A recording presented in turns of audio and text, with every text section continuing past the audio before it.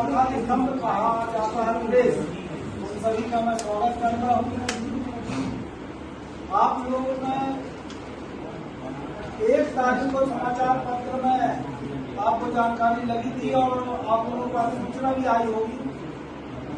राकेश जैन कटरा कांग्रेस नेता के खिलाफ जमीन में दीवार तोड़ने का आरोप पर मुकदमा दर्ज हुआ है। जबलपुर में Punjab national bank of India उनके बैंक मैनेजर से मिले, उनके हाईकोर्ट के वकील से मिले, उन्हें हाईकोर्ट के जो हमारे क्रिमिनल वकील है, बहुत बड़े हाईकोर्ट के वकील, उनसे भी मिले। हमने जब उनको कागज दिखाए तो वो हंसने लगे। तो हमने बताई घटना। अब वास्तविक घटना की स्थिति ये है कि हमने करीब 1.5 साल पहले पंजाब बैंक से एक प्रॉपर्टी नीलामी में आई, हमने उसको खरीदी। विधिवत उसमें जो भी कार्रवाई होती कानूनन वो हुआ, नीलामी हुई, सब हुआ। नीलामी में हमने भाग लिया और प्रॉपर्टी हमने खरीद ली, रजिस्ट्री हो गई।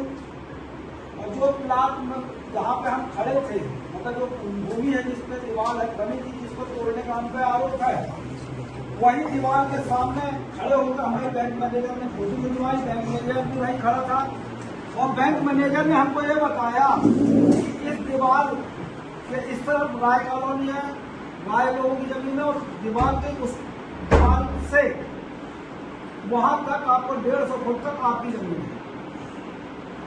रजिस्ट्री हो गई, नामांकन हो गया, सब कुछ हो गया। वो जमीन थी सुबोध अग्रवाल की। वो जमीन सुबोध अग्रवाल को उसकी मां ने 12/1/1983 को बिक्री थी। उसका नामांकन हो गया, उसने बैंक से लोन ले लिया, वही गिरवी रखी, वही नीलाम हो गई, वही सब कुछ हो गया। इस पूरे घटना में अलका अग्रवाल और सौरभ अग्रवाल का कोई रोल नहीं है, न वो भूमि स्वामी है, न उनका कोई लेना देना है।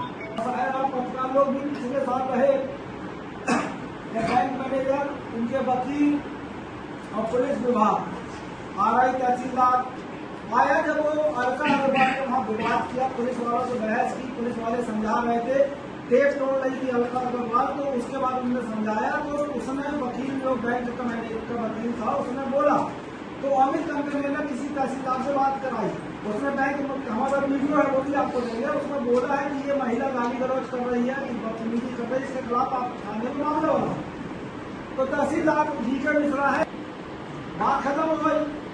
हमसे बोला किसी बड़े अधिकारी ने कि आप क्यों रोड में आते हैं, आप सामने मत आओ। हमने कहा बिल्कुल आप सही बोल रहे हैं, बैंक ने प्रॉपर्टी हमको दी है, बैंक की जिम्मेदारी है वो कब्जा लेके हमको कब्जा दे। हमने बैंक को बोला कि भाई इसमें मीडिया आया, समाचार आया, हमारी प्रतिष्ठा खराब हुई है, या तो आप हमारा जो पैसा है 5 करोड़ उसका तो हाईकोर्ट बैंक की गया कि हमको कब्जा नहीं दिला रहा है। तहसीलदार जो उसकी जिम्मेदारी कलेक्टर की होती है। अब जब हाईकोर्ट गए तो हाईकोर्ट में रिट पिटीशन उसने लगाई, आधार पर हाईकोर्ट ने फिर डायरेक्शन इनको दिया, मगर उसके दबाव को इस तरह था क्योंकि भाजपा के लोगों ने उसको मंडल अध्यक्ष भी बना दिया।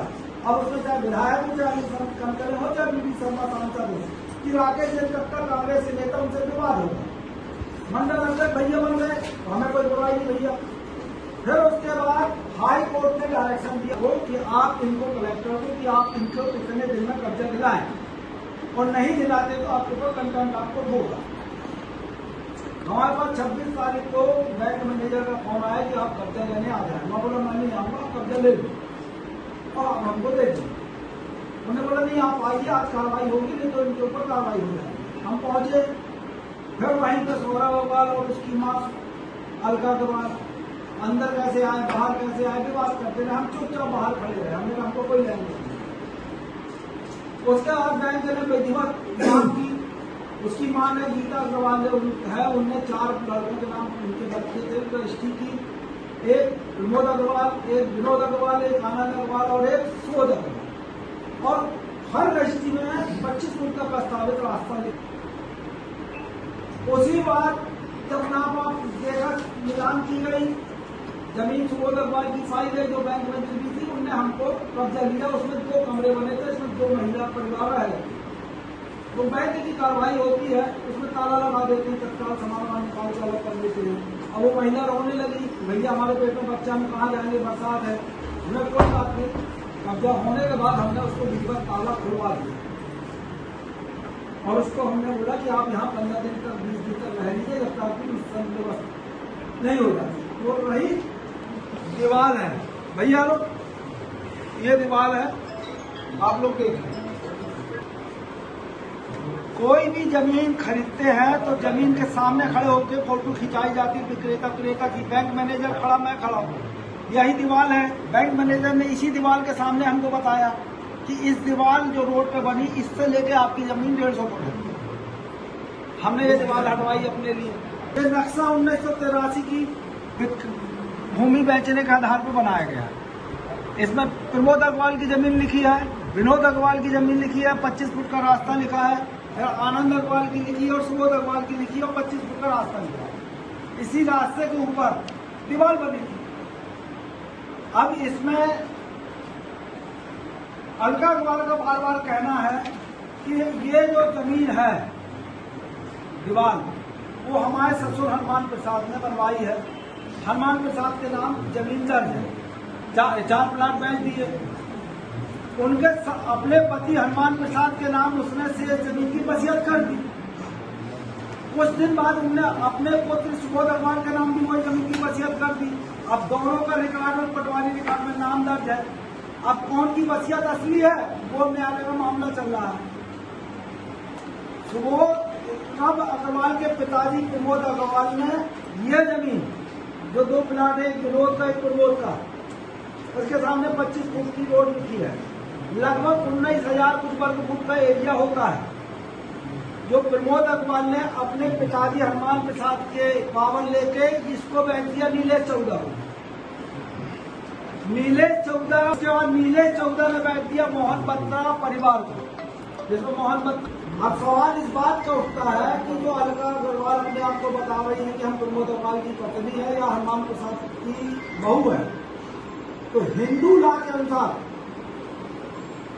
पहली पत्नी होती है वही हर चीज का हकदार होती है, दूसरी पत्नी का अधिकार नहीं मिलता।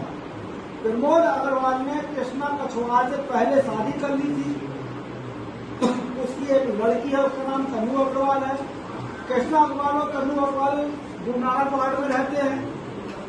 जब सौरभ अग्रवाल ने अपने पिताजी के नाम की जमीन का नामांकन लगाया तहसीलदार के यहाँ, तो वहां भी उस महिला ने यह असंवैधानिक पत्नी है और दूसरी भाषा में हम शब्द बोलना नहीं चाहते। तो पहली बात तो तुम्हारा अधिकार ही नहीं है क्योंकि तुम पत्नी हो ही नहीं उसकी।